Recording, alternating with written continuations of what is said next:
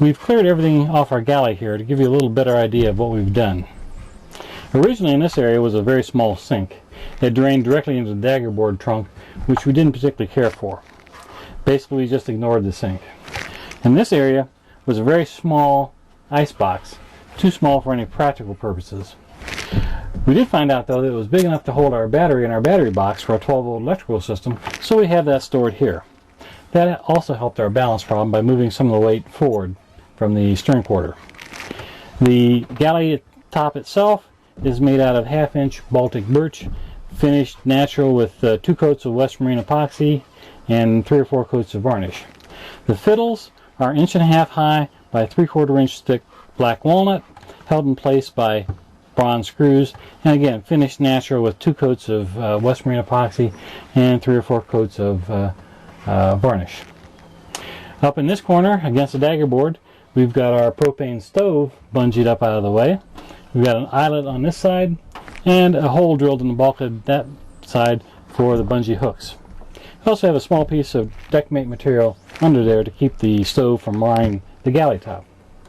Some other features back here: we've mounted our paper towel holder up against the bulkhead, and we have one of our 2 fire extinguishers mounted on a bulkhead here. Up there is one of the 2 12-volt cabin lights. Now, down below is a small storage compartment that we use to store our cleaning supplies, whisk broom, dustpan, and the kinds of things we use very seldom. Store down there out of the way.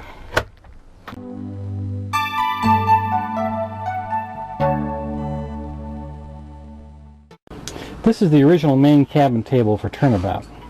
You saw it in an earlier picture stowed beneath the cockpit footwell molding. You notice how it fits around the daggerboard trunk here and rests on the galley top here. The aft end is secured into a cutout. It's really very stable and has a good amount of area, but it's not totally practical for Pat and I. You notice both Pat and I come in the large economy size, and with a table in place, it's almost impossible to get up to the V-berth, and it's totally impossible to get to the other side of the cabin. So we came up with a better idea. Well, here's our new improved cabin table. It's simply a piece of 1x10 clear white pine cut to the same length as the original cabin table. It still rests on a galley countertop in the front and in the cutout in the rear. But now we have easy access to the V-berth, and we can retrieve whatever we need from that side of the cabin. It's just wide enough to mount our propane cook stove here. We use the propane stove below here in cool weather and out in the cockpit in warm weather. And best of all, it still folds up as easy as the original. We lift it up and it stores out of sight down there. Remember this? It's the waste paper basket that is stored on the port side of the quarter berth back in the corner there. We try to make things do as many different jobs as they can aboard Turnabout, and the waste paper basket's no exception. We've taken a standard can crusher, mounted to a length of wood, and added a couple cleats on the bottom that fit right inside the waste paper basket. That way we can take our empty soda cans, ding them first, crunch them right up, and drop in the waste paper basket. If you forget to empty the cans first, whatever's in the cans will run off the board and into the trash can and not onto your deck. We have still a third use for our lowly little waste paper basket here.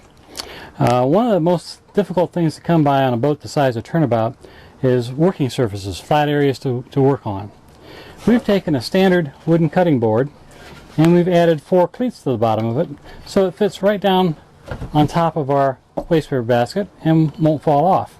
You can use this as an auxiliary table, or you can use it as a food preparation area.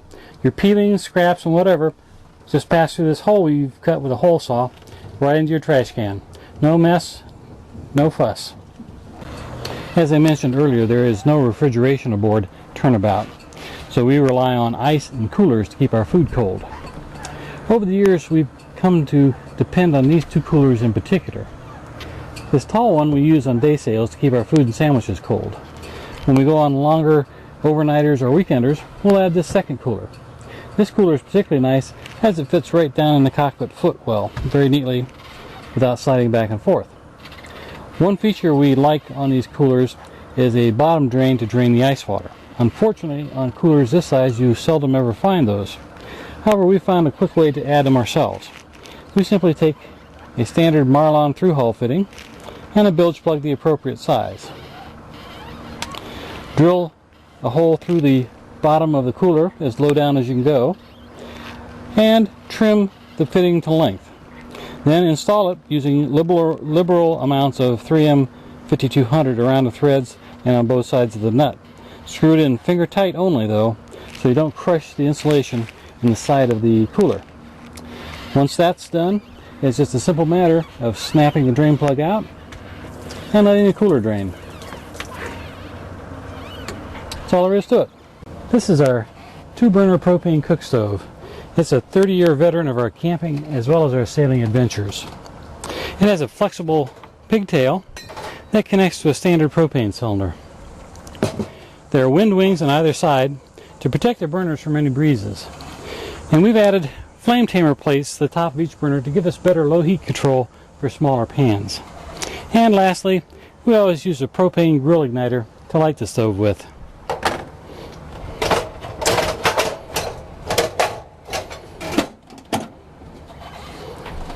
Well, we're all packed and just about ready to shove off on a long weekender. Before we do, let's go over a few of the storage tips and techniques we use down below here in the galley on Turnabout. First of all, we've got our pots, pans, frying pans, teapot, plates, and glassware stowed up here on the galley behind the fiddle where they won't slide off. I've already mentioned that we store our canned goods in plastic containers shoved up under the quarter berths. We also use the starboard quarter berth storage area to store our drinks. Bottled water, canned pop, and the like, as well as canned fruit juices, all go in there. Now when you do that, try to remember the order in which you put them in so you use the oldest items first. There's nothing worse than picking up a 6-month-old can of soda that's gone flat on you. Also, we use bottled water aboard because there are no water tanks. We save the empty bottled water bottles, we take them home, refill them partially, and freeze them. When we get ready to come out here in a boat, we'll throw 3 or 4 of them in the cooler instead of ice. That way we have some drinking water, cold drinking water ready for us, and it cuts down on the water we have to drain out of the coolers. For the remainder of the storage, we use 2 of these white plastic storage crates. The bottom one we use for bulk items like oatmeal, raisins, soup mixes, rice, and the like. The top one is more of a ready-use area. We have some of our things like aluminum foil, trash bags, storage bags stored here, our measuring container, can openers and paring knives, stainless steel flatware, and more importantly, our spice bucket. When you're eating out of cans or freeze-dried foods, you can't have enough spices aboard. All the items in here are stored in Tupperware or Rubbermaid containers, A, to keep them organized, and B, to keep them dry. Well, that covers storage down below here in the galley. Let's get ready and shove off for our weekender.